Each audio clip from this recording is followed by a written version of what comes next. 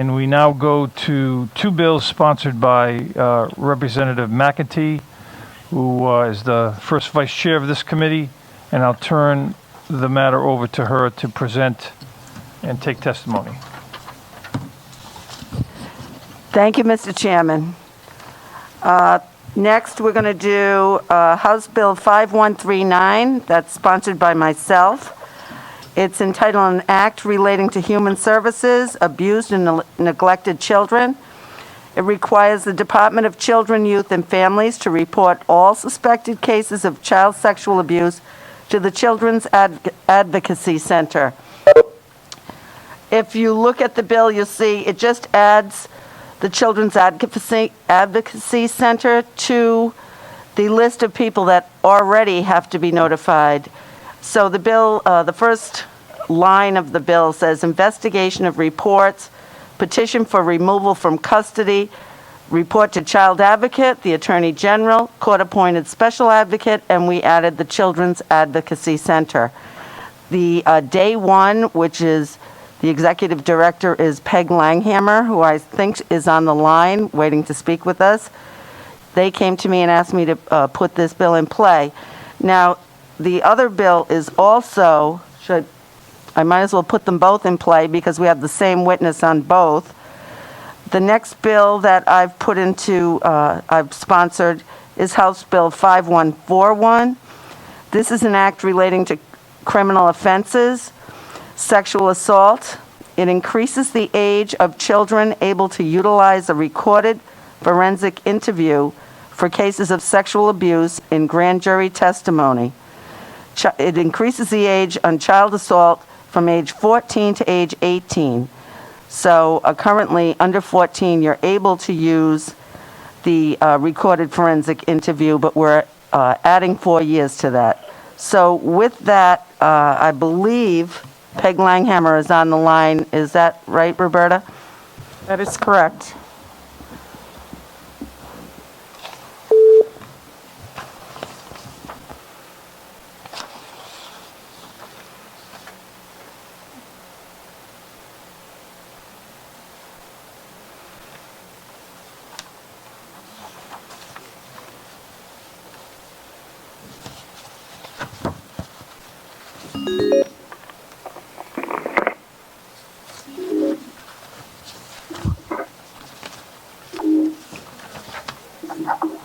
Are we good?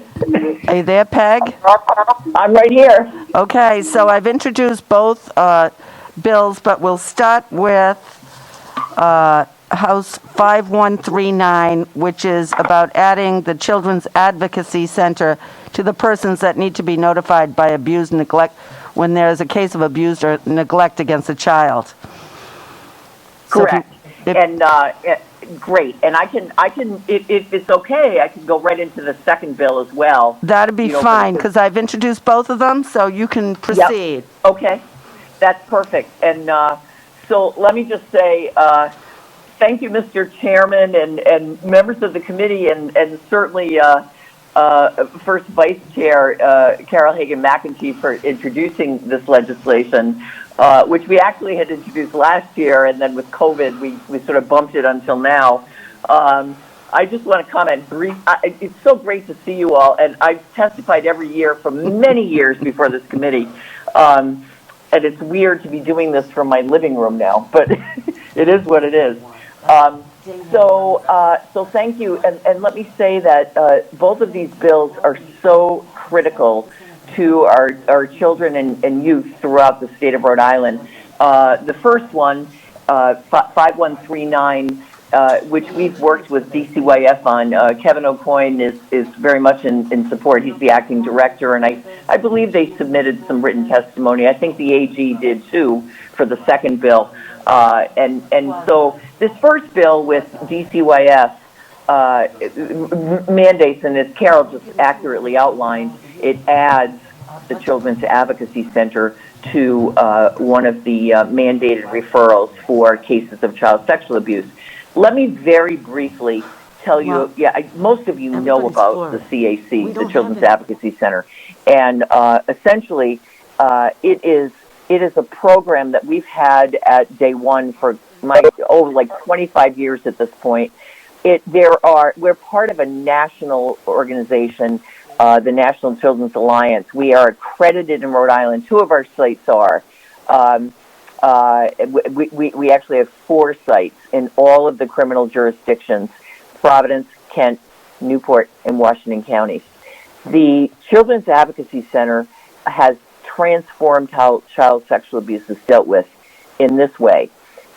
When a child discloses sexual abuse, he or she in the past had to tell the story of that abuse to many individuals: DCYF, law enforcement, prosecution, medical, many other people. Now we have trained forensic interviewers at Day One who are nationally trained, and they interview the child. It's recorded to DVD at this point, and soon we're going to a better technology, and that DVD is used in grand jury, and the child in many cases doesn't have to testify again. So it really cuts down on the trauma that the child goes through. And as I said, it's transformed how it's been dealt with. There are so many children who have been abused in our state, as you know. 1 in 4 girls, 1 in 6 boys will be sexually abused before the age of 18. This legislation, this bill, 5139, it mandates that DCYF will refer all the cases to us. It really streamlines how these cases really progress through the system. So that's the first piece of it. And the second bill, 5141, increases the age. Right now, by statute, children can only be recorded for use in grand jury up to the age of 14, which is the child sexual abuse statute. This bill will increase the availability of children to testify remotely or through recording, and to be utilized in grand jury up to the age of 18.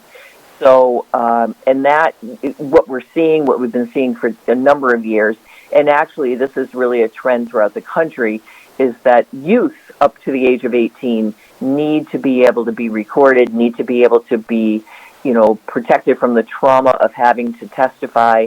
And so this really increases that and makes it much more available to many of the youth that we see on a regular basis. So I'm happy to say more. Happy to be open to questions. We see thousands of adults and children each year at Day One. I know I've been before all of you so many times. Close to 70% of our clients are kids, and this program is tremendous. And what we're trying to do is make it more streamlined, make it more accessible, make it completely accessible to all of our kids throughout the state.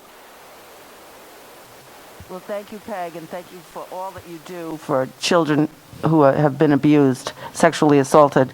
Doc, did you have a question? Yeah, one question, please. What was the logic of cutting it off at 14 to begin with? Because that's a good question, Doc. Because the sexual assault is defined, it's first-degree sexual assault up to the age of 14. So that's basically it's a statutory issue, and so what this does is increases and allows it up to the age of 18. So let's say we were to pass this law. Sometimes when we pass a law in a vacuum, it affects other laws we've already established. So if we were to increase this to 18, are there any laws that are on the books presently, either those passed in the past or recently, that this would affect the timeline for? I don't believe so. Are you thinking about statute of limitations or no? It really all it does, Doc. It allows, if a child, say a 15-year-old, 16-year-old, has been sexually abused, right now they can't be recorded through our Children's Advocacy Center, which is observed by all of the players, prosecution, law enforcement, DCYF, but they can't be recorded, and the testimony can't be used in grand jury. So with this legislation, a 15-year-old, a 16-year-old, that testimony could be used in grand jury instead of the child having to be re-traumatized going through that process. If it went on to trial, that child, that youth, would have to be available for cross-examination, and that's a given. But this would really reduce the trauma and would hopefully result in additional prosecutions. Okay, thank you for the explanation. Any other questions from members? Any other questions from members of the committee?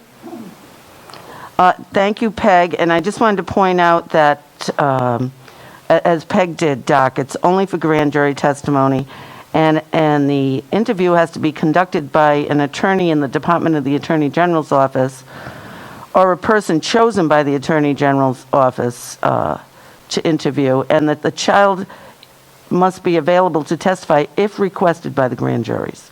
Thank you. So that's just a little added protection. So if there's no more questions, that ends the testimony on, I also wanted to say that both House Bill 5139 and 5141 are being supported by the Attorney General's office. They will be submitting written testimony tomorrow. That's the message I got from Ryan Holt, who is our legislative liaison for the Attorney General's office. And that concludes testimony on House Bill 5139 and House Bill 5141.